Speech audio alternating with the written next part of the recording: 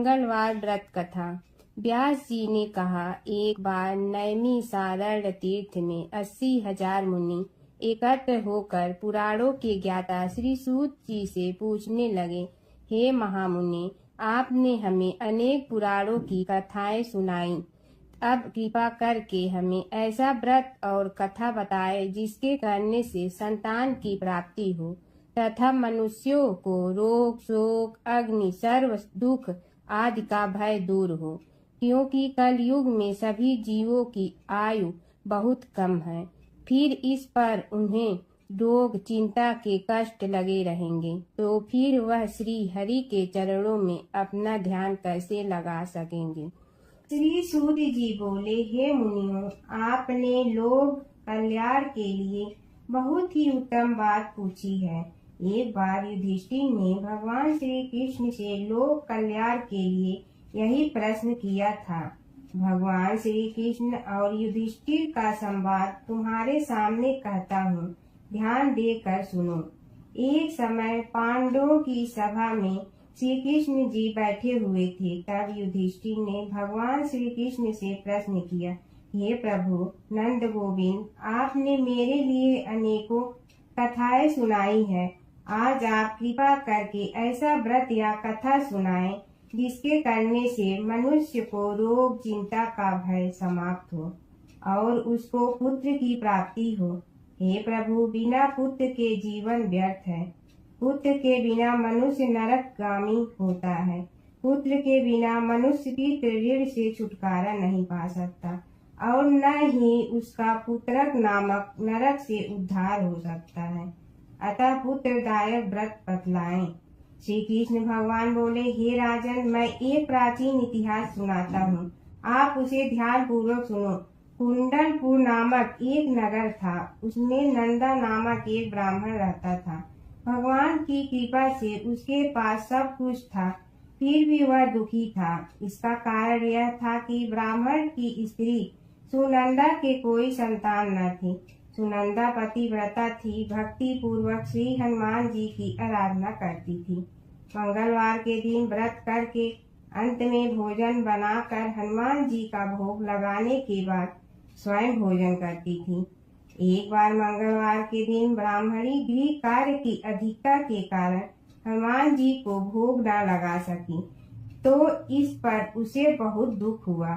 उसने कुछ भी नहीं खाया और अपने मन में प्रण किया कि अब तो अगले मंगलवार को ही हनुमान जी का भोग लगाकर अन्न जल ग्रहण करूंगी। ब्रह्माणी सुनंदा की इस असीम भक्ति के प्रभाव से श्री हनुमान जी बहुत प्रसन्न हुए और प्रकट होकर बोले, सुनंदा, मैं तेरी भक्ति से बहुत प्रसन्न हूँ, तू उठ और वर मांग। सुनंदा अपने आराध्य देव श्री हनुमान जी को देखकर आनंद की अधिकता से विह्वल हो श्री हनुमान जी के चरणों में गिरकर बोली, हे प्रभु, मेरी कोई संतान नहीं है, कृपा करके मुझे संतान प्राप्ति का आशीर्वाद दें, आपकी अति कृपा होगी। श्री महावीर जी बोले, तेरी इच्छा पूर्ण होगी, तेरे एक कन्या पैदा होगी, उसके अष्टांग प्रतिदिन सोना दिया करेंगे।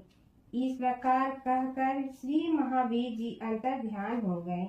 ब्रह्माणी सुनंदा बहुत हर्षित हुई और सभी समाचार अपने पति से कहा।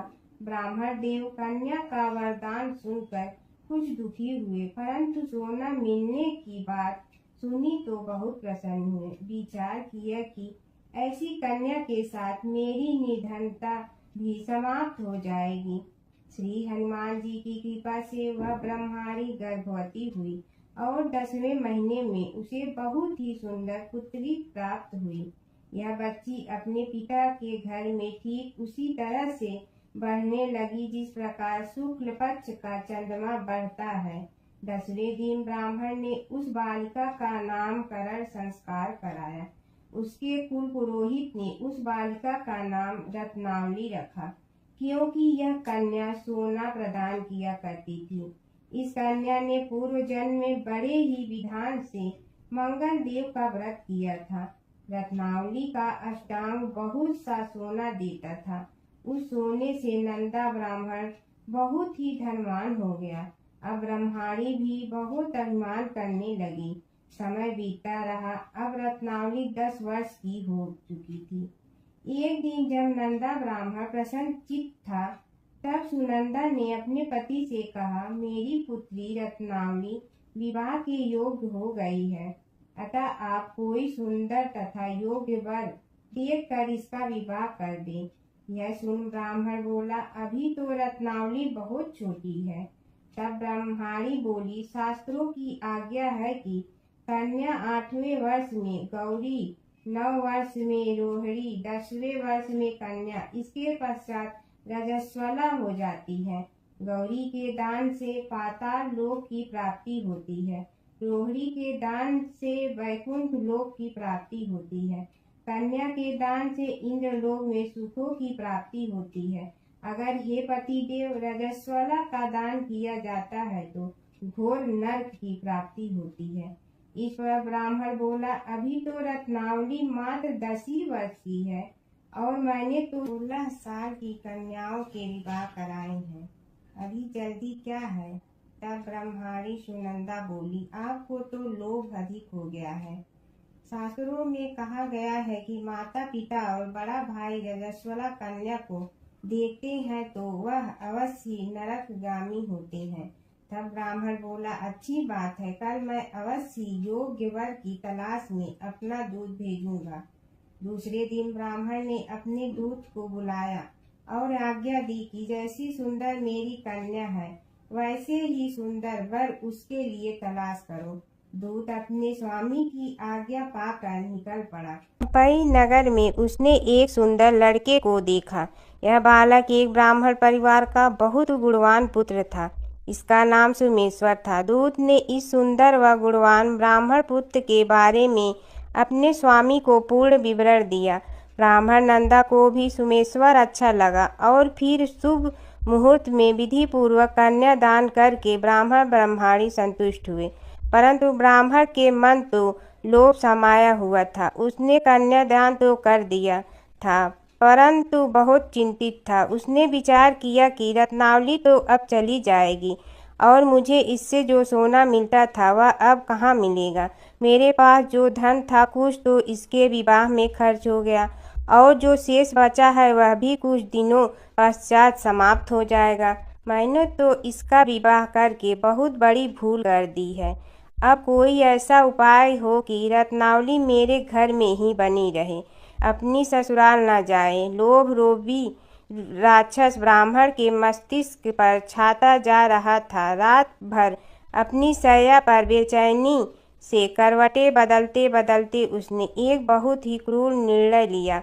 उसने विचार किया कि जब रत्नावली को लेकर उसका पति सोमेश्वर अपने घर के लिए जाएगा तो वह मार्ग में छिपकर सोमेश्वर का वध कर देगा और अपनी लड़की को अपने घर ले आएगा, जिससे नियमित रूप से उसे सोना भी मिलता रहेगा और समाज का कोई मनुष्य उसे दोष भी नहीं दे सकेगा।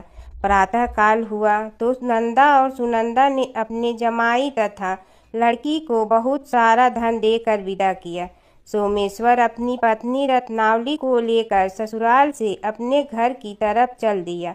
ब्राह्मण नंदा महालोभ के वशीभूत हो अपनी मति खो चुका था। पाप पुण्य को उसे विचार न रहा था। अपने भयानक व क्रूर निर्णय को कार्य रूप देने के लिए उसने अपने दूत को मार्ग में अपने जमाई का वध करने के लिए भेज दिया था, ताकि रत्नावली से प्राप्त होने वाला सोना उसे हमेशा मिलता रहे और वो कभी निर्धन न हो। ब्राह्मण के दूत ने अपने स्वामी की आज्ञा का पालन करते हुए उसके जमाई सोमेश्वर का मार्ग में ही वध कर दिया। समाचार प्राप्त कर ब्राह्मण नंदा मार्ग में पहुंचा और रुदन करती अपनी पुत्री रत्नावली से बोला, हे पुत्री, मार्ग में लुटेरे ने तेरे पति का वध कर दिया। भगवान की इच्छा के आगे किसी का कोई वश नहीं चलता है। अब तू घर चल, वहाँ पर ही रहकर शेष जीवन व्यतीत करना। जो भाग्य में लिखा है वही होगा। अपने पति की अकाल मृत्यु से रत्नावली बहुत दुखी हुई। करुण कुंदन व रुदन करते हुए अपने पिता से बोली, हे पिताजी, इस संसार में जिस स्त्री का पति नहीं है उसका जीना व्यर्थ है। मैं अपने पति के साथ ही अपने शरीर को जला दूंगी और सती होकर अपने इस जन्म को, माता पिता के नाम को तथा सास ससुर के यश को सार्थक करूंगी। ब्राह्मण नंदा अपनी पुत्री रत्नावली के वचनों को सुनकर बहुत दुखी हुआ। विचार करने लगा, मैंने व्यर्थ ही जमाई वध का पाप किया, अपने सिर लिया। रत्नावली तो उसके पीछे अपने प्राण तक देने को तैयार है। मेरा तो दोनों तरफ से मरण हो गया। धन तो अब मिलेगा नहीं। जमाई वध के पाप के फल स्वरूप यम यातना भी भुगतनी पड़ेगी। यह सोचकर वह बहुत दुखी हुआ। सोमेश्वर की चिंता बनाई गई रत्नावली सती होने की इच्छा से अपने पति का सिर अपनी गोद में रखकर चिता में बैठ गई। जैसे ही सोमेश्वर की चिता को अग्नि लगाई गई, वैसे ही प्रसन्न हो मंगल देव वहां प्रकट हुए और बोले, हे रत्नावली, मैं तेरे पति भक्ति से बहुत प्रसन्न हूँ, तू वर मांग। रत्नावली ने अपने पति का जीवन दान मांगा। तब मंगल देव बोले, रत्नावली, तेरा पति अजर अमर है, यह महाविद्वान भी होगा और इसके अतिरिक्त तेरी जो इच्छा हो वर मांग। तब रत्नावली बोली, हे ग्रहों के स्वामी, यदि आप मुझ पर प्रसन्न हैं तो मुझे यह वरदान दीजिए कि जो भी मनुष्य मंगलवार के दिन प्रातः काल लाल पुष्प, लाल चंदन से पूजा करके आपका स्मरण करके उसको रोग व्याधि न हो, स्वजनों का कभी योग न हो, सर्प अग्नि तथा शत्रुओं का भय न रहे। जो स्त्री मंगलवार का व्रत करे वह कभी विधवा न हो। मंगल देव तथास्तु कहकर अंतर ध्यान हो गए। सोमेश्वर मंगल देव की कृपा से जीवित हो उठा। रत्नावली अपने पति को पुनः प्राप्त कर बहुत प्रसन्न हुई और मंगल देव का व्रत प्रत्येक मंगलवार को करके व्रतराज और मंगल देव की कृपा से इस लोक में सुख ऐश्वर्य को भोगते हुए अंत में अपने पति के साथ स्वर्गलोक हो गई। एक नगर में एक बुढ़िया रहती थी। उसके मंगलिया नाम का एक पुत्र था। वृद्धा को हनुमान जी पर बड़ी श्रद्धा थी। वह प्रत्येक मंगलवार को हनुमान जी का व्रत रख कर यथाविधि उनका भोग लगाती थी। इसके अलावा मंगलवार को एक न तो घर लीपती थी और न ही मिट्टी खोदती थी। इसी प्रकार से व्रत रखते हुए जब उसे काफ़ी दिन बीत गए तो हनुमान जी ने सोचा कि चलो आज इस वृद्धा की श्रद्धा की परीक्षा करें। वे साधु का वेश बनाकर उसके द्वार पर जा पहुँचे और पुकारा, है कोई हनुमान का भक्त जो हमारी इच्छा पूरी करे। वृद्धा ने यह पुकार सुनी तो बाहर आई और महाराज क्या आज्ञा है। साधु वेशधारी हनुमान जी बोले कि मैं बहुत भूखा हूँ, भोजन करूँगा, तू थोड़ी सी जमीन लीप दे। वृद्धा बड़ी दुविधा में पड़ गई। अंत में हाथ जोड़कर प्रार्थना की, हे महाराज, लीपने और मिट्टी खोदने के अतिरिक्त जो काम आप कहें वह मैं करने को तैयार हूँ। साधु ने 3 बार परीक्षा करने के बाद कहा, तू अपने बेटे को बुला, मैं उसे औंधा लिटाकर उसकी पीठ पर आग जलाकर भोजन बनाऊंगा। वृद्धा ने सुना तो पैरों तले की धरती खिसक गई, मगर वह वचन हार चुकी थी। उसने मंगलिया को पुकार कर साधु महाराज के हवाले कर दिया, मगर साधु ऐसे ही मानने वाले न थे। उन्होंने वृद्धा के हाथों से ही मंगलिया को औंधा लिटाकर उसकी पीठ पर आग जलवाई। आग जलाकर दुखी मन से वृद्धा अपने घर के अंदर जा घुसी। साधु जब भोजन को बुलाकर कहा कि वह मंगलिया को पुकारे ताकि वह भी आकर भोग लगा ले, वृद्धा में आंसू भरकर कहने लगी कि अब उसका नाम लेकर मेरे हृदय को और दुख ना पहुँचाओ। लेकिन साधु महाराज न माने। वृद्धा को भोजन के लिए मंगलिया को पुकारना पड़ा। पुकारने की देर थी कि मंगलिया बाहर से हंसता हुआ घर में दौड़ा आया। मंगलिया को जीता जागता देखकर वृद्धा को दुखद आश्चर्य हुआ। वह साधु महाराज के चरणों में गिर पड़ी। साधु महाराज ने उसे अपनी असली रूप में दर्शन दिए। हनुमान जी को अपने आंगन में देखकर वृद्धा को लगा कि जीवन सफल हो जाएगा। माता सीता की कथा। यह कहानी सीता माता कहती थी और श्री राम इसे सुना करते थे। एक दिन श्री राम भगवान को किसी काम के लिए बाहर जाना पड़ा। तो सीता माता कहने लगी कि भगवान, मेरा तो 12 वर्ष का नित्य नियम है। अब आप बाहर जाएंगे तो मैं अपनी कहानी किसे सुनाऊंगी। श्री राम ने कहा कि तुम कुएं की पाल पर जाकर बैठ जाना और वहां जो औरतें पानी भरने आएंगी उन्हें अपनी कहानी सुना देना। सीता माता कुएं की पाल पर जाकर बैठ जाती हैं। एक स्त्री आई, उसने रेशम की जड़ी की साड़ी पहन रखी थी और सोने का घड़ा ले रखा था। सीता माता उसे देख कहती हैं कि बहन, मेरा 12 वर्ष का नित्य सुन लो। पर वह स्त्री बोली कि मैं तुम्हारा नित्य सुनूंगी तो मुझे घर जाने में देरी हो जाएगी और मेरी सास मुझसे लड़ेंगी। उसने कहानी नहीं सुनी और चली गई। उसकी रेशम जड़ी की साड़ी फट गई। सोने का घड़ा मिट्टी के घड़े में बदल गया। सास ने देखा तो पूछा कि ये किसका दोष अपने सिर लेकर आ गई है। बहू ने कहा कि कुएं पर एक औरत बैठी थी। उसने कहानी सुनने के लिए कहा, लेकिन मैंने सुनी नहीं, जिसका यह फल मिला है। बहू की बात सुनकर अगले दिन वही साड़ी और घड़ा लेकर सास कुएं की पाल पर गई। सास को वहीं माता सीता बैठी मिली। तो माता सीता ने कहा कि बहन, मेरी कहानी सुन लीजिए। सास बोली कि एक बार छोड़, मैं तो 4 बार कहानी सुन लूंगी। राम आए, लक्ष्मण आए, देश के पुजारी आए, नित नेम का नेम लाए, आओ राम बैठो राम। तपी रसोई जियो राम, माखन मिश्री खाओ राम। दूध बतासा पियो राम, सूत के पलका मोठो राम। साल दुसाला पोठो राम, साल दुसाला ओढ़ो राम। जब बोलो जब राम ही राम, राम संवारे सबके काम। खाली घर भंडार भरेंगे, सबका बेड़ा पार करेंगे। श्री राम जय राम जय जय राम। सास बोली कि बहन, कहानी तो बहुत अच्छी लगी। कहानी सुनकर सास घर चली गई और उसकी साड़ी फिर से रेशम जड़ी की बन गई। मिट्टी का घड़ा फिर सोने के घड़े में बदल गया। बहू कहने लगी, सासू माँ, आपने ये सब कैसे किया। सास ने कहा कि बहू, तू दोष लगा के आई थी और मैं अब दोष उतार कर आ रही हूँ। बहू ने फिर पूछा कि वह कुएं वाली स्त्री कौन है। सास बोली कि वे सीता माता थी। वे पुराने से नया कर देती हैं, खाली घर में भंडार भर देती हैं। वह लक्ष्मी जी का वास घर में कर देती हैं। आदमी की जो भी इच्छा हो उसे पूरा कर देती हैं। बहू बोली कि ऐसी कहानी मुझे भी सुना दो। सास बोली कि ठीक है, तुम भी सुनो। और सास ने कहानी शुरू की। राम आए, लक्ष्मण आए, देश के पुजारी आए, नित नेम का नेम लाए, आओ राम बैठो राम। तपी रसोई जियो राम, माखन मिश्री खाओ राम। दूध बतासा पियो राम, सूत के पलका मोठो राम।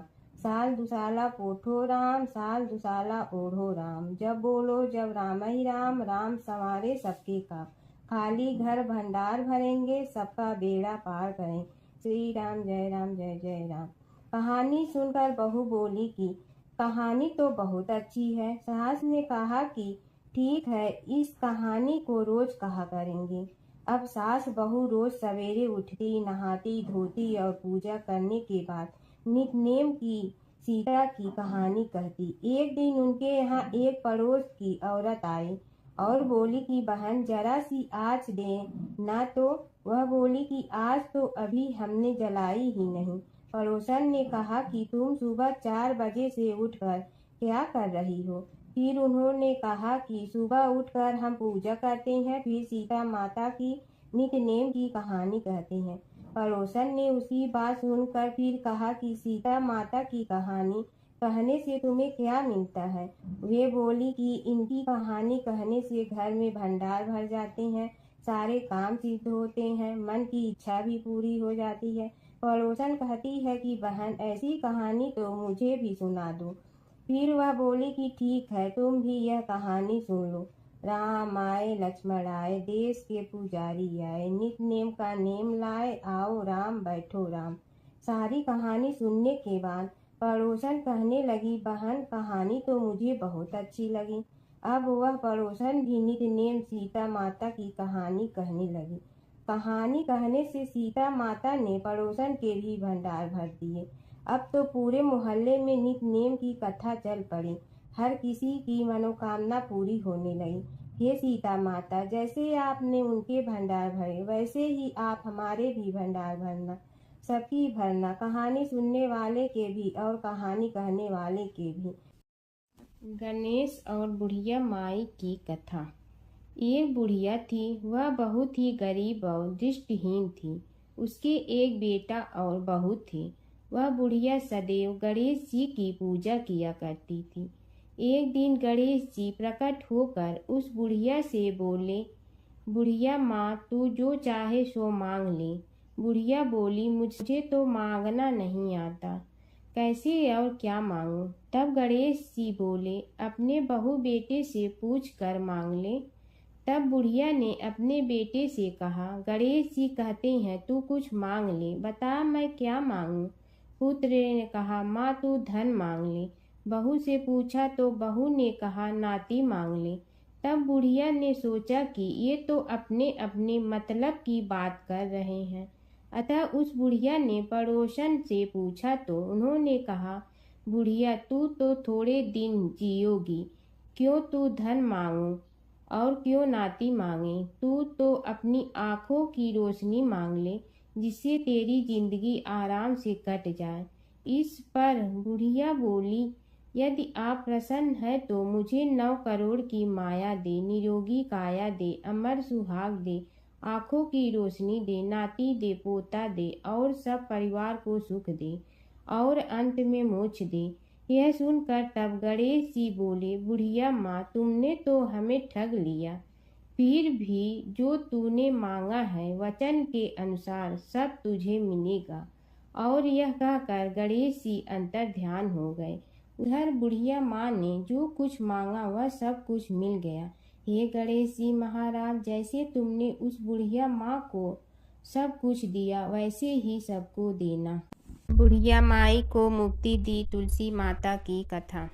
एक बुढ़िया माई तुलसी जी को सींचती और कहती कि हे तुलसी माता, सत की दाता, मैं तेरा बिडला सींचती हूँ, मुझे बहू दे, पीताम्बर की धोती दे, मीठा मीठा घास दे, बैकुंठा में वास दे, चटक की चाल दे, पटक की मोत दे, चंदन का काठ दे, रानी सा राज दे, दाल भात का भोजन दे, 11 की मौत दे, कृष्ण जी का कंधा दे। तब तुलसी माता यह सुनकर सूखने लगी। तो भगवान ने पूछा कि हे तुलसी, तुम क्यों सूख रही हो? तुलसी माता ने कहा कि एक बुढ़िया रोज आती है और यही बात कह जाती है, मैं सब बात तो पूरा कर दूंगी, लेकिन कृष्ण का कंधा कहाँ से लाऊंगी? तो भगवान बोले, जब वो मरेगी तो मैं अपने आप कंधा दे आऊँगा, तू बुढ़िया माई से कह देना। जब बुढ़िया माई मर गई, सब लोग आ गए। जब माई को ले जाने लगे तो वह किसी से न उठी। तब भगवान एक 12 बरस के बालक का रूप धारण करके आए। बालक ने कहा, मैं कान में एक बात कहूँगा तो बुढ़िया माई उठ जाएगी। बालक ने कान में कहा, बुढ़िया माई मन की निकाल ले, पीताम्बर की धोती ले, मीठा मीठा घास ले, बैकुंठा का वास ले, चटक की चाल ले, पटक की मोत ले, कृष्ण जी का कंधा ले। यह सुनकर बुढ़िया माई हल्की हो गई। भगवान ने कंधा दिया और बुढ़िया माई को मुक्ति मिल गई। हे तुलसी माता, जैसे बुढ़िया माई को मुक्ति दी वैसे सबको देना। एक समय की बात है कि विष्णु भगवान का विवाह लक्ष्मी जी के साथ निश्चित हो गया। विवाह की तैयारी होने लगी। सभी देवताओं को निमंत्रण भेजे गए, परंतु गणेश जी को निमंत्रण नहीं दिया। कारण जो भी रहा हो, अब भगवान विष्णु की बारात जाने का समय आ गया। सभी देवता अपनी पत्नियों के साथ विवाह समारोह में आए। उन सब ने देखा कि गणेश जी कहीं दिखाई नहीं दे रहे हैं। तब वे आपस में चर्चा करने लगे कि क्या गणेश जी को कोई न्योता नहीं दिया है। या स्वयं गणेश जी ही नहीं आए हैं। सभी को इस बात पर आश्चर्य होने लगा। तभी सबने विचार किया कि विष्णु भगवान से ही इसका कारण पूछा जाए। विष्णु भगवान से पूछने पर उन्होंने कहा कि हमने गणेश जी के पिता भोलेनाथ महादेव को न्योता भेजा है। यदि गणेश जी अपने पिता के साथ आना चाहते हैं तो आ जाते, अलग से न्योता देने की कोई आवश्यकता भी नहीं थी। दूसरी बात यह है कि उनको 1.25 मन मूंग, 1.25 मन चावल, 1.25 मन घी और 1.25 मन लड्डू का भोजन दिन भर में चाहिए। यदि गणेश जी नहीं आएंगे तो कोई बात नहीं, दूसरे के घर जाकर इतना सारा खाना पीना अच्छा भी नहीं लगता। इतनी वार्ता कर ही रहे थे कि किसी एक ने सुझाव दिया, यदि गणेश जी आ भी जाए तो उनके द्वारपाल बनाकर बैठा देंगे कि आप घर की याद रखना। आप तो चूहे पर बैठकर धीरे धीरे चलोगे तो बारात से बहुत पीछे रह जाओगे। यह सुझाव भी सबको पसंद आ गया तो विष्णु भगवान ने भी अपनी सहमति दे दी। होना क्या था कि इतने में गणेश जी वहां आ पहुंचे और उन्हें समझा बुझाकर घर की रखवाली करने बैठा दिया गया। बारात चल रही थी, तब नारद जी ने देखा कि गणेश जी तो दरवाजे पर ही बैठे हुए हैं, तो वे गणेश जी के पास गए और रुकने का कारण पूछा। गणेश जी कहने लगे कि विष्णु भगवान ने मेरा बहुत अपमान किया है। नारद जी ने कहने लगे कि अपनी मूसक देना को आगे भेज दे तो वह रास्ता खोद देगी, जिससे उनके वाहन धरती में धंस जाएंगे। तब आपको सम्मान पूर्वक बुलाना पड़ेगा। अब तो गणेश जी ने अपनी मूसक सेना जल्दी से आगे भेज दी और सेना ने जमीन पोली कर दी। जब बारात वहां से निकली तो रथों के पहिए धरती में धंस गए। लाख कोशिश करे परंतु पहिए नहीं निकले। सभी ने अपने अपने उपाय किए परंतु पहिए तो नहीं निकले, बल्कि जगह जगह से टूट गए। किसी की समझ में नहीं आ रहा था कि अब क्या किया जाए। तब तो नारद जी ने कहा, आप लोगों ने गणेश जी का अपमान करके अच्छा नहीं किया। यदि उन्हें मना कर लाया जाए तो आपका कार्य सिद्ध हो सकता है और यह संकट टल सकता है। शंकर भगवान ने अपने दूत नंदी को भेजा और वे गणेश जी को लेकर आए। गणेश जी का आदर सम्मान के साथ पूजन किया। तब कहीं रथ के पहिए निकले।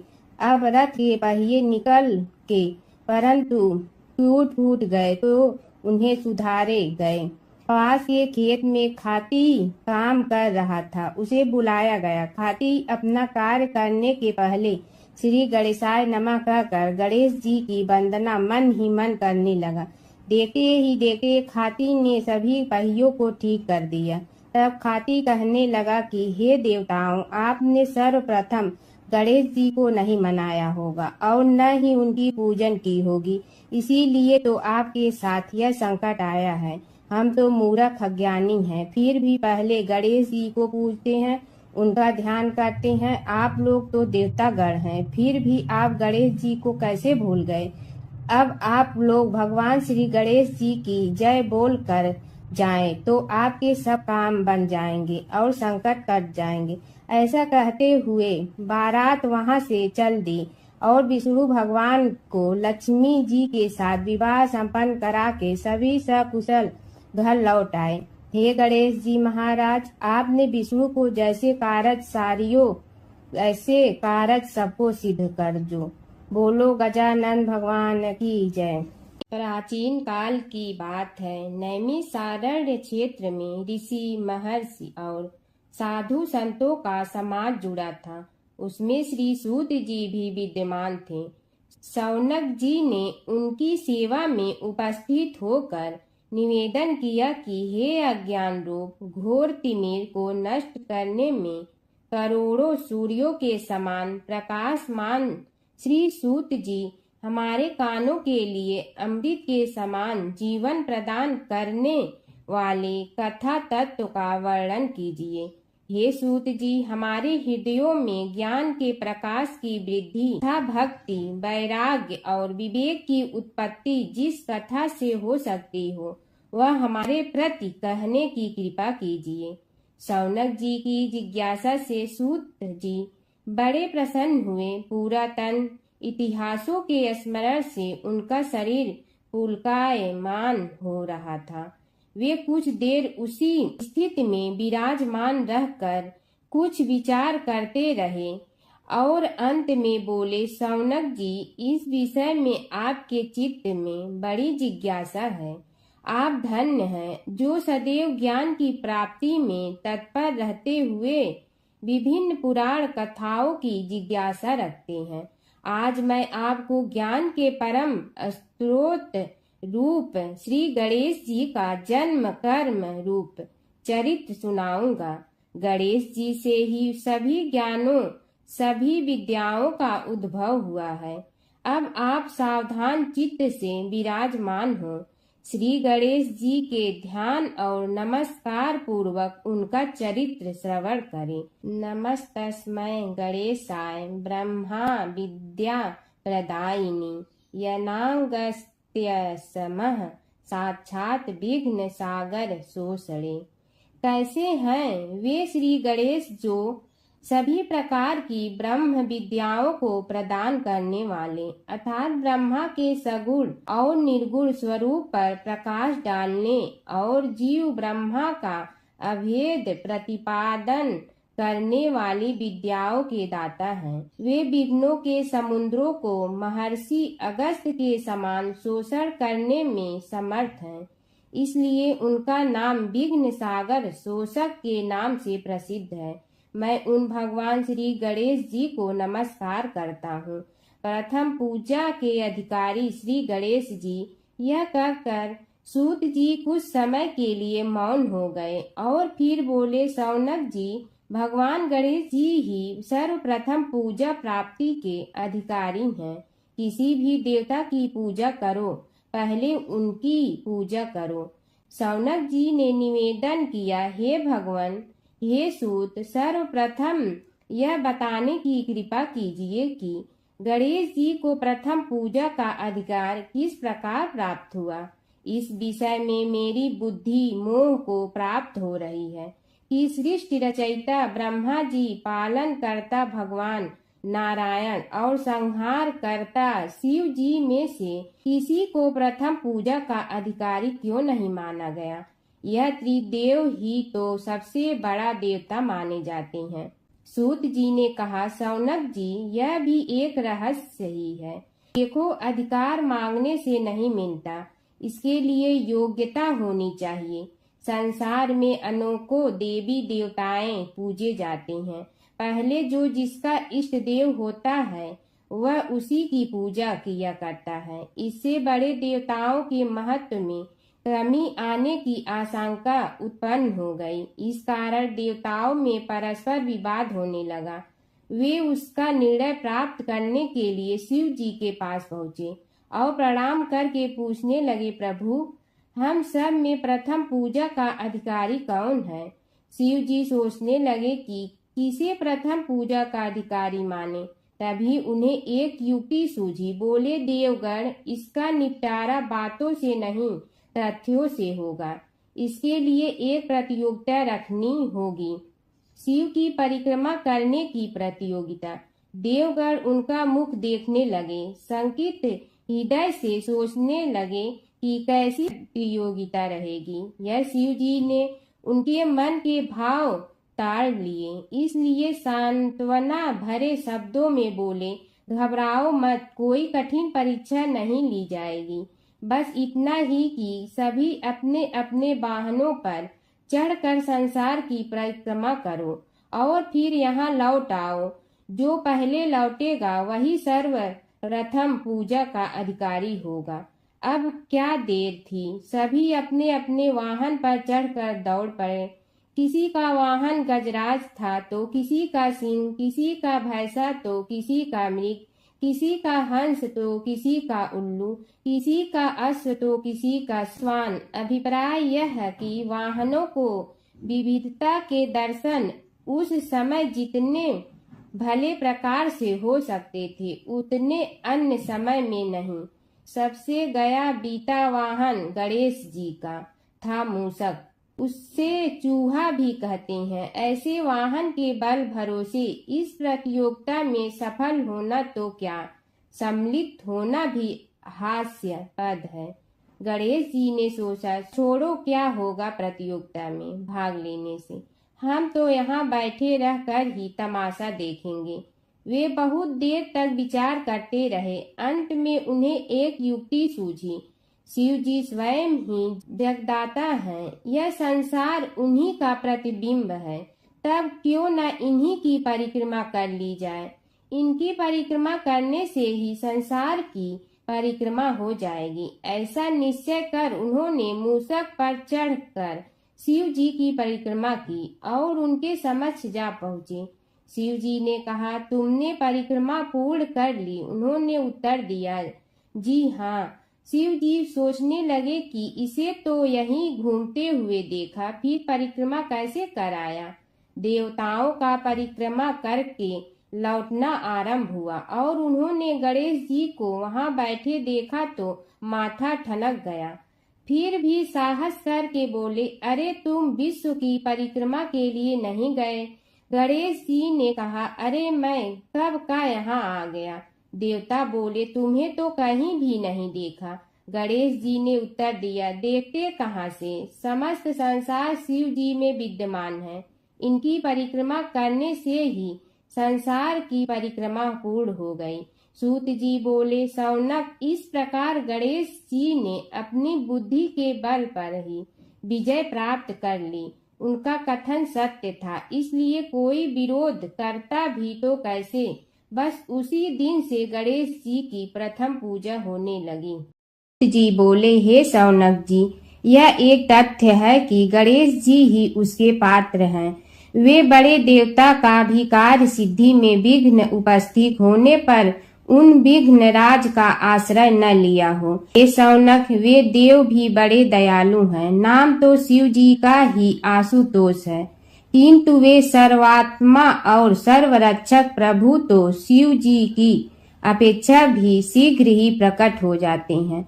उनका भक्त कभी किसी संकट में नहीं पड़ता। यदि प्रारब्ध वशात कभी किसी विपत्ति में पड़ भी जाता है तो गणेश्वर की उपासना करने पर उनके अनुग्रह से उनके समस्त दुख दूर होकर परम सुख की प्राप्ति होती है। शौनक ने कहा, हे सूत जी, हे महाभाग, हे प्रभु, मैं गणेश जी के विभिन्न चरित्रों का अध्ययन करना चाहता हूँ, तो मुझे बताइए कि किस ग्रंथ का अवलोकन करूं। हे दयामय, आपको तो उनके समस्त चरित्र विदित है कि यदि आप ही उन्हें सुनाने की कृपा करें तो मेरा अत्यधिक उपकार होगा।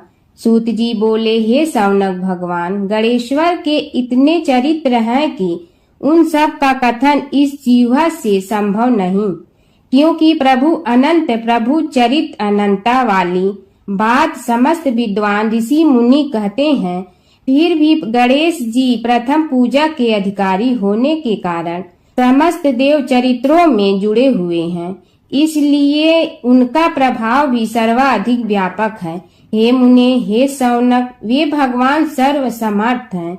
वे सभी का तिरस्कार करने में समर्थ हैं, किंतु उनका तिरस्कार कोई भी नहीं कर सकता। यह त्रिलोक्य उन्हीं भगवान के संकेत पर नित्य करता है। इसकी समस्त क्रियाएं उन्हीं की इच्छा पर आश्रित हैं। हे शौनक भगवान गणेश्वर स्वयं कहते हैं, शिवे विष्णु च शक्तौ च सूर्ये मयि निराधिप यो भेद बुद्धि योग स सम्य योगो मतो मम। हे नरेश्वर, हे वरेण्य, शिव, विष्णु, शक्ति, सूर्य और मुझ गणेश में जो अभेद बुद्धि योग है, मेरे मत में वही सम्यक योग है। इससे यह भी सिद्ध है कि समस्त देवता उन्हीं के स्वरूप हैं। वे ही भगवान विभिन्न कार्य रूपों के अनुसार अपना भिन्न भिन्न नाम रखते हैं। हे मुनि श्रेष्ठ, उन सब देवताओं के चरित्र भी उन्हीं गणराज के चरित्र हैं।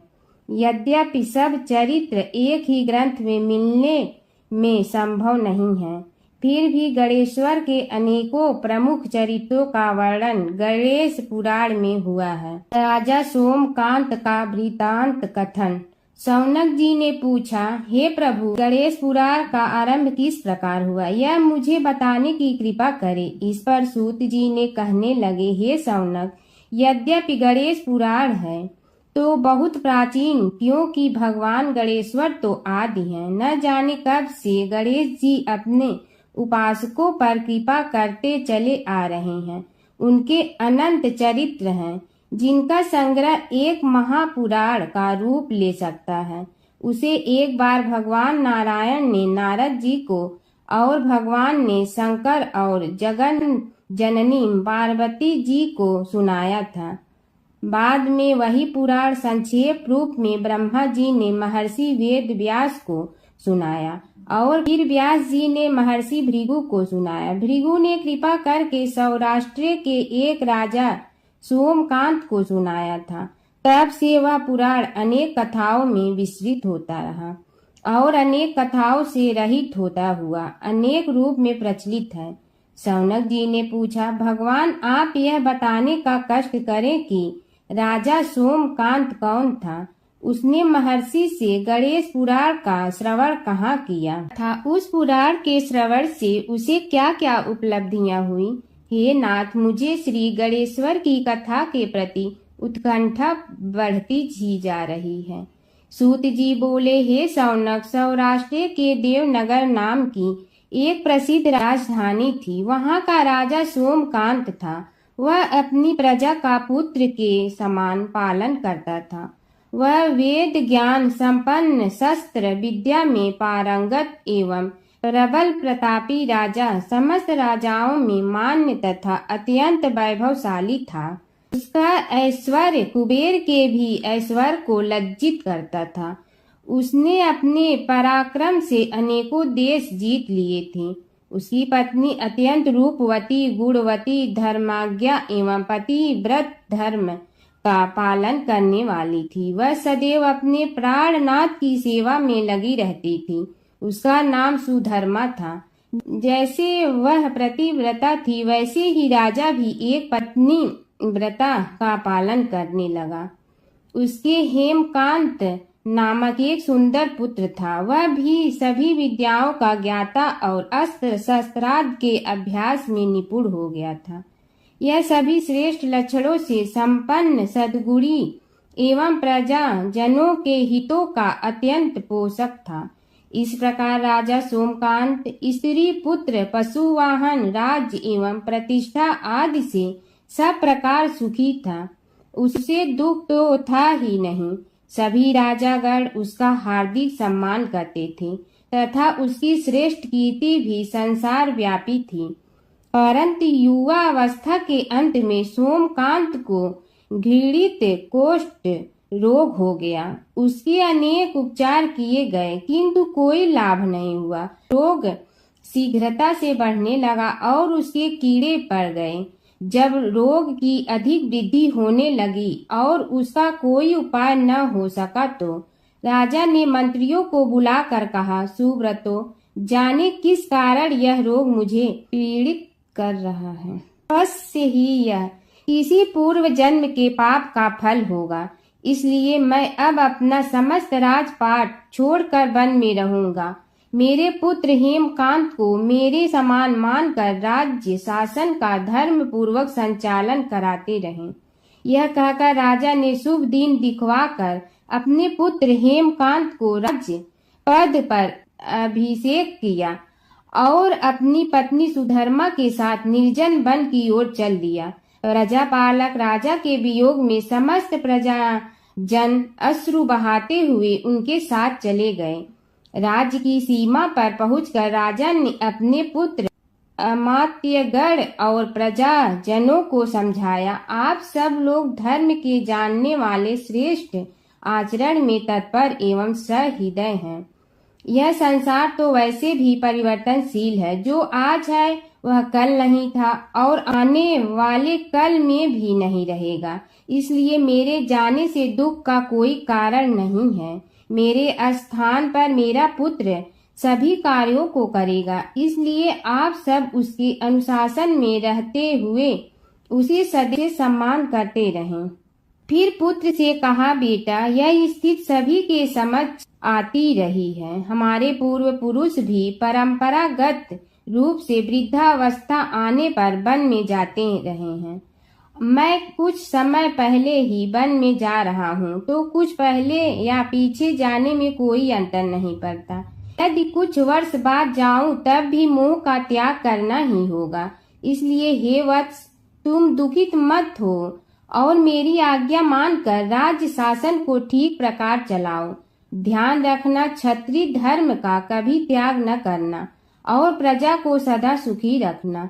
इस प्रकार राजा सोमकांत ने सभी को समझा बुझाकर वहां से वापस लौट आया और स्वयं अपनी पतिव्रता भार्या के साथ वन में प्रवेश किया। पुत्र हेमकांत के आग्रह से उसने सुबल और ज्ञान गम्य नामक 2 आत्माओं को भी साथ ले लिया। उन सब ने एक समतल एवं सुंदर स्थान देखकर वहां विश्राम किया। तभी उन्हें एक मुनि कुमार दिखाई दिया। राजा ने उससे पूछा, तुम कौन हो, कहाँ रहते हो? यदि उचित समझो तो मुझे बताओ।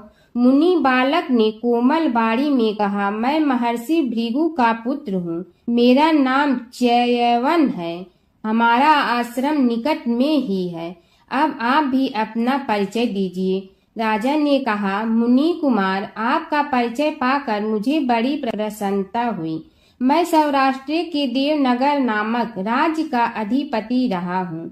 अब अपने पुत्र को राज्य देकर मैंने अरण्य की शरण ली है। मुझे कुष्ठ रोग अत्यंत पीड़ित किए हुए हैं। उसकी निवृत्ति का कोई उपाय करने वाला हो तो कृपा कर मुझे बताइए। मुनि कुमार ने कहा, मैं अपने पिताजी से अपना वृतांत कहता हूँ, फिर वे जैसा कहेंगे आपको बताऊंगा। यह कहकर मुनि बालक चला गया और कुछ देर में ही आकर बोला, राजन, मैंने आपका वृतांत अपने पिताजी को बताया। उनकी आज्ञा हुई है कि आप सब मेरे साथ आश्रम में चलकर उनसे भेंट करें, तभी आपके रोग के विषय में भी विचार किया जाएगा। राजा सोमकांत के पूर्व जन्म का वृत्तांत भृगु द्वारा वर्णन। राजा अपनी पत्नी और अमात्यों के सहित च्यवन के साथ साथ भृगु आश्रम में जा पहुंचा और उन्हें प्रणाम कर बोला, हे भगवान, हे महर्षि, मैं आपकी शरण हूँ। आप मुझ कुष्ठी पर कृपा कीजिए। महर्षि बोले, राजन, यह तुम्हारे किसी पूर्व जन्म कृत पाप का ही उदय हो गया है। इसका उपाय मैं विचार करके बताऊंगा।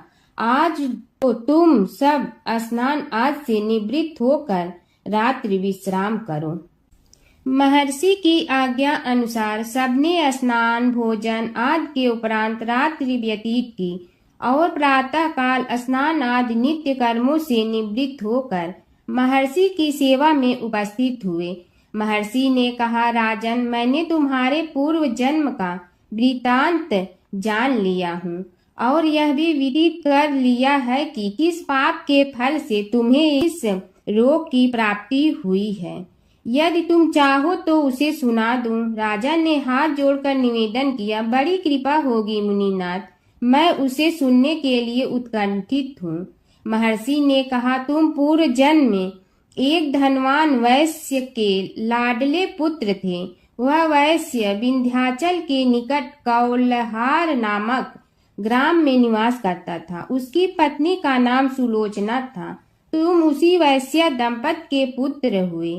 तुम्हारा नाम कामद था। तुम्हारा लालन पालन बड़े लाड चाव से हुआ। उन्होंने तुम्हारा विवाह एक अत्यंत सुंदरी वैश्य कन्या से कर दिया था, जिसका नाम कुटुम्बिनी था। यद्यप तुम्हारी भार्या सुशीला थी और तुम्हें सदैव धर्म में निरत देखना चाहती थी, किंतु तुम्हारा स्वभाव वासनांध होने के कारण दिन प्रतिदिन उज्जवल होता जा रहा था।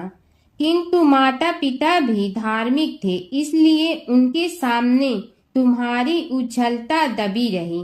परंतु माता पिता की मृत्यु के बाद तुम निरंकुश हो गए और अपनी पत्नी की बात भी नहीं मानते थे। तुम्हें अनाचार में प्रवृत्त देखकर उसे दुख होता था। तो भी उसका कुछ बस न चलता था। तुम्हारी उन्मत्तता चरम सीमा पर थी।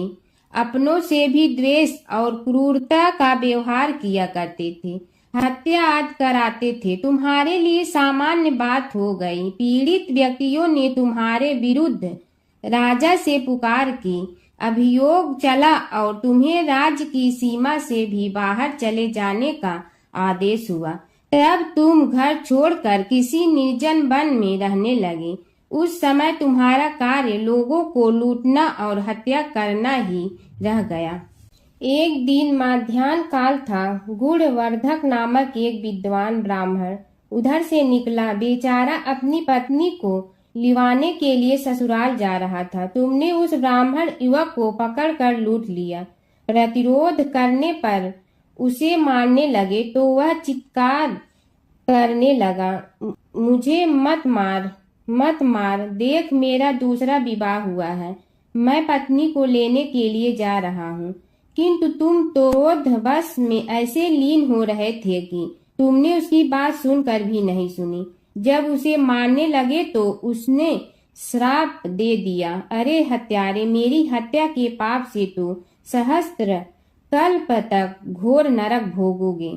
तुमने उसकी कोई चिंता न की और सिर काट लिया। राजन, तुमने ऐसी ऐसी एक नहीं बल्कि अनेक निरीह हत्याएं की थी, जिनकी गणना करना भी पाप है। इस प्रकार इस जन्म में तुमने घोर पाप कर्म किए थे, किंतु बुढ़ापा आने पर जब अशक्त हो गए तब तुम्हारे साथ जो क्रूर कर्मा थे वे भी किनारा कर गए। उन्होंने सोच लिया कि अब तो इसे खिलाना भी पड़ेगा, इसलिए मरने दो यहीं। अमोघ प्रभाव गणेश उपासना का कथन। राजन, अब तुम निरालंब थे, चल फिर तो सकते ही नहीं थे। भूख से पीड़ित रहने के कारण रोगों ने भी घेर लिया। उधर से जो कोई निकलता तुम्हें घृणा की दृष्टि से देखता हुआ चला जाता। तब तुम आहार की खोज में बड़ी कठिनाई से चलते हुए एक जीर्ण शीर्ण देवालय में पहुंचा। उसमें भगवान गणेश्वर की प्रतिमा विद्यमान थी। तब न जाने किस पुण्य के उदय होने से तुम्हारे मन में गणेश जी के प्रति भक्ति भाव जागृत हुआ। तुम निराहार रहकर उनकी उपासना करने लगे। उससे तुम्हें सब कुछ मिला और रोग भी कम हुआ। राजन, तुमने अपने साथियों की दृष्टि बचाकर बहुत सा धन एक स्थान पर गाड़ दिया था। अब तुमने उस धन को उसे देवालय के जीर्णोद्धार में लगाने का निश्चय किया। शिल्पी बुलाकर उस मंदिर को सुंदर और भव्य बनवा दिया। इस कारण कुख्याति सुख्याति में बदलने लगी। फिर यथा समय तुम्हारी मृत्यु हुई। यमदूतों ने पकड़कर तुम्हें यमराज के समक्ष उपस्थित किया। यमराज तुमसे बोले, जीव, तुमने पाप और पुण्य दोनों ही किए हैं और दोनों का ही भोग तुम्हें भोगना है, किंतु पहले पाप का फल भोगना चाहते हो पुण्य का। इसके उत्तर में तुमने प्रथम अपने पुण्य कर्मों के भोग की इच्छा प्रकट की और इसीलिए उन्होंने तुम्हें राजकुल में जन्म लेने के लिए भेज दिया। पूर्व जन्म में तुमने भगवान गणाध्यक्ष का सुंदर एवं भव्य मंदिर बनवाया था, इसलिए तुम्हें सुंदर देह की प्राप्ति हुई। यह कहकर महर्षि भृगु कुछ रुके। उन्होंने देखा कि राजा को इस वृतांत पर शंका हो रही है। तभी महर्षि के शरीर में असंख्य विकराल पक्षी उत्पन्न होकर राजा की ओर झपटे। उनकी चोंच बड़ी तीक्ष्ण थी, जिनसे वे राजा के शरीर को नोच नोच कर खाने लगे। उसके कारण उत्पन्न असहनीय पीड़ा से व्याकुल हुए राजा ने महर्षि के समक्ष हाथ जोड़कर निवेदन किया, प्रभु, आपका आश्रम तो समस्त द्वेष आदि से परे है और यहाँ मैं आपकी शरण में बैठा हूँ।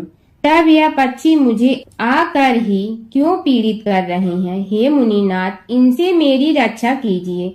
महर्षि ने राजा के अंतर्वचन सुनकर सांत्वना देते हुए कहा, राजन, तुमने मेरे वचनों में शंका की थी और जो मुझ सत्यवादी के कथन में शंका करते हैं उसे खाने के लिए मेरे शरीर से इसी प्रकार पक्षी प्रकट हो जाते हैं, जो कि मेरे हुंकार करने पर भस्म हो जाया करते हैं।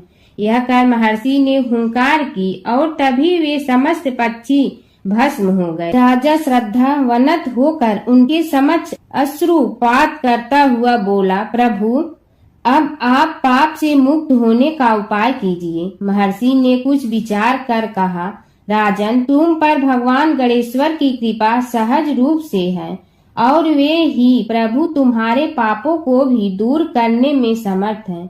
इसलिए तुम उनके पाप नाशक चरित्रों का श्रवण करो। गणेश पुराण में उनके चरित्रों का भले प्रकार वर्णन हुआ है, अतएव तुम श्रद्धा भक्ति पूर्वक उसी को सुनने में चित्त लगाओ। राजा ने प्रार्थना की, महामुनि मैंने गणेश पुराण का नाम भी आज तक नहीं सुना, तो उनके सुनने का सौभाग्य कैसे प्राप्त कर सकूंगा। हे नाथ, आपसे अधिक ज्ञानी और प्रकांड विद्वान और कौन हो सकता है। आप ही मुझ पर कृपा कीजिए। महर्षि ने राजा की दीनता देखकर उसके शरीर पर अपने कमंडल का मंत्रपूत जल छिड़का। तभी राजा को एक छींक आई और नासिका से एक अत्यंत छोटा काले वर्ण का पुरुष बाहर निकल आया। देखते देखते वह बढ़ गया। उसके भयंकर रूप को देखकर राजा कुछ भयभीत हुआ, किंतु समस्त आश्रमवासी वहां से भाग गए। वह पुरुष महर्षि के समक्ष हाथ जोड़कर खड़ा हो गया। उन्हें उसकी ओर देखा और कुछ उच्च स्वर में बोले, तू कौन है, क्या चाहता है। वह बोला, मैं साक्षात पाप हूँ। समस्त पापियों के शरीर में मेरा निवास है। आपके मंत्रपूत जल के स्पर्श से मुझे विवश होकर राजा के शरीर से बाहर निकलना पड़ा है। अब मुझे बड़ी भूख लगी है, बताइए क्या खाऊं और कहाँ रहूं। महर्षि बोले, तू उस आम के अवकाश स्थान में निवास कर और उसी वृक्ष के पत्ते खाकर जीवन निर्वाह कर। यह सुनते ही वह पुरुष आम के वृक्ष के पास पहुंचा, किंतु उसके स्पर्श मात्र से वह वृक्ष जलकर भस्म हो गया। फिर जब पाप पुरुष को रहने के लिए कोई स्थान दिखाई न दिया तो वह भी अंतर्हित हो गया। शिव और कृष्ण जी की कथा हिंदू धर्म में महत्वपूर्ण स्थान रखती है। ये कथाएं अक्सर एक दूसरे से जुड़ी हैं, जिनमें शिव को कृष्ण का भक्त और कृष्ण को शिव का आराध्य बताया गया है। पुराणों में शिव और कृष्ण के कई लीलाओं का वर्णन है। कृष्ण के दर्शन के लिए शिव का साधु वेश में गोकुल जाना। एक पौराणिक कथा के अनुसार भगवान शिव एक साधु का वेश धारण करके गोकुल में कृष्ण के दर्शन के लिए गए थे। मैया यशोदा ने उन्हें भिक्षा देने के लिए आई, लेकिन शिव ने कृष्ण के दर्शन के अलावा कुछ भी स्वीकार करने से इनकार कर दिया। यशोदा ने पहले तो मना कर दिया, लेकिन बाद में पूर्णमासी काकी के समझाने पर उन्होंने कृष्ण को साधु के सामने प्रकट किया। शिव ने कृष्ण के दर्शन किए और उनके चरणों की छाप छोड़कर चले गए। यशोदा और नंद राय समझ गए कि यह कोई साधारण साधु नहीं था, बल्कि कोई दिव्य पुरुष था।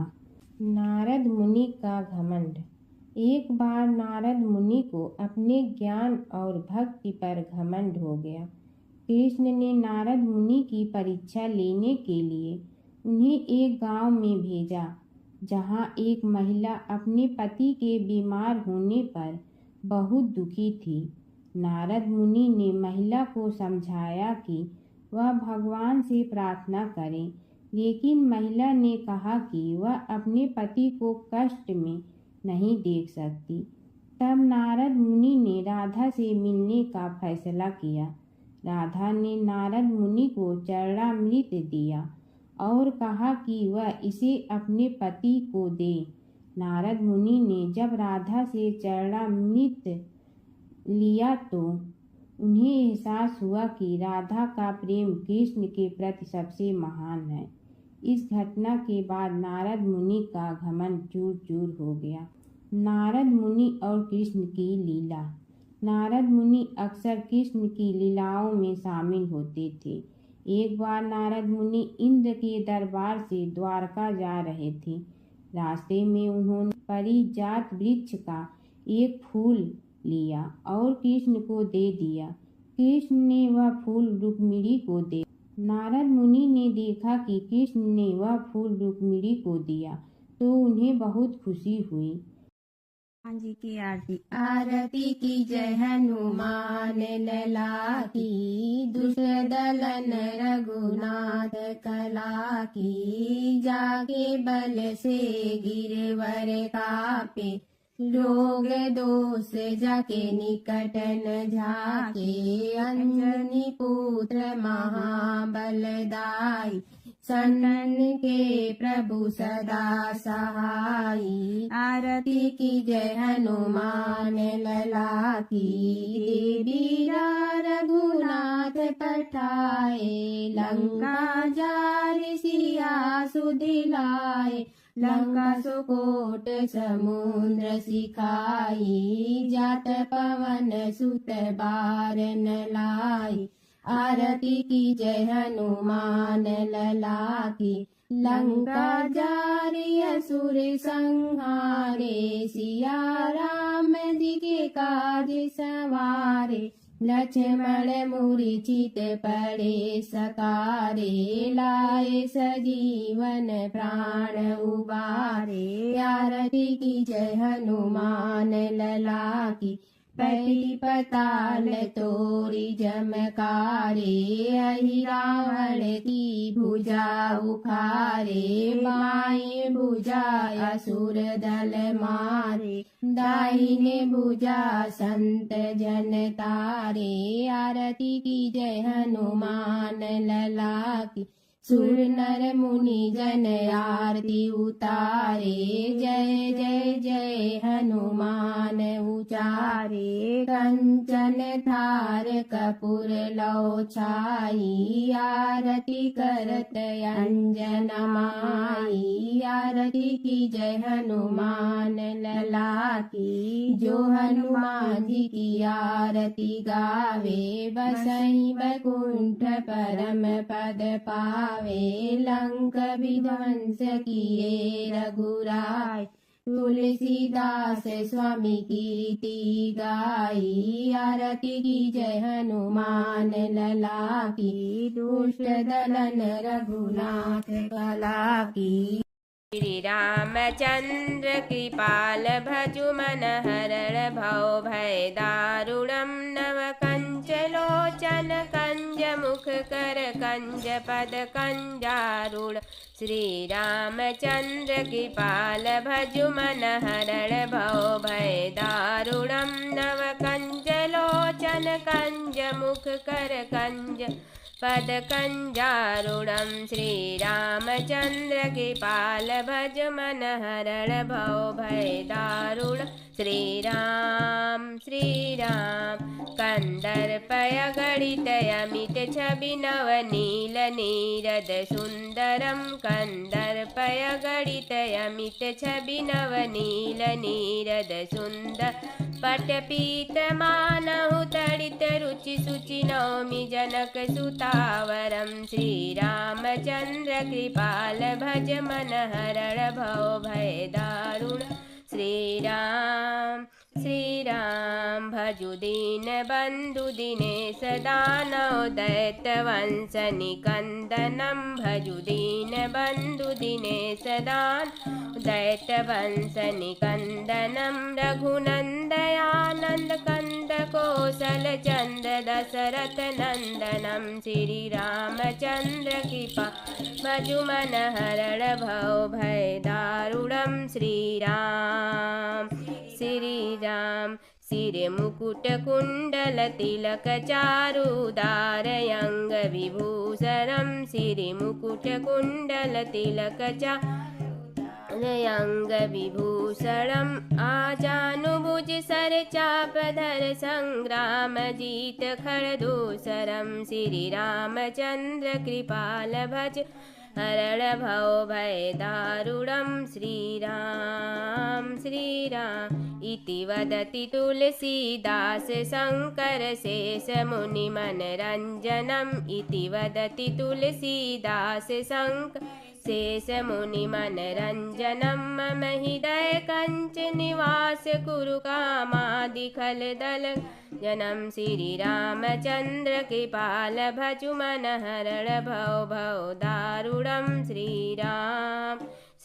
राम मन जाहि राचहु मिलहि सो बरु सहज सुंदर सांवरो मन जाहि राचहु मिलहि सो बरु सहज सुंदर सांवरो करुणा निधान सुजान शील स्नेह जानत रावणो श्री रामचंद्र कृपा भजु मन हरण भव भय दारुणम श्री राम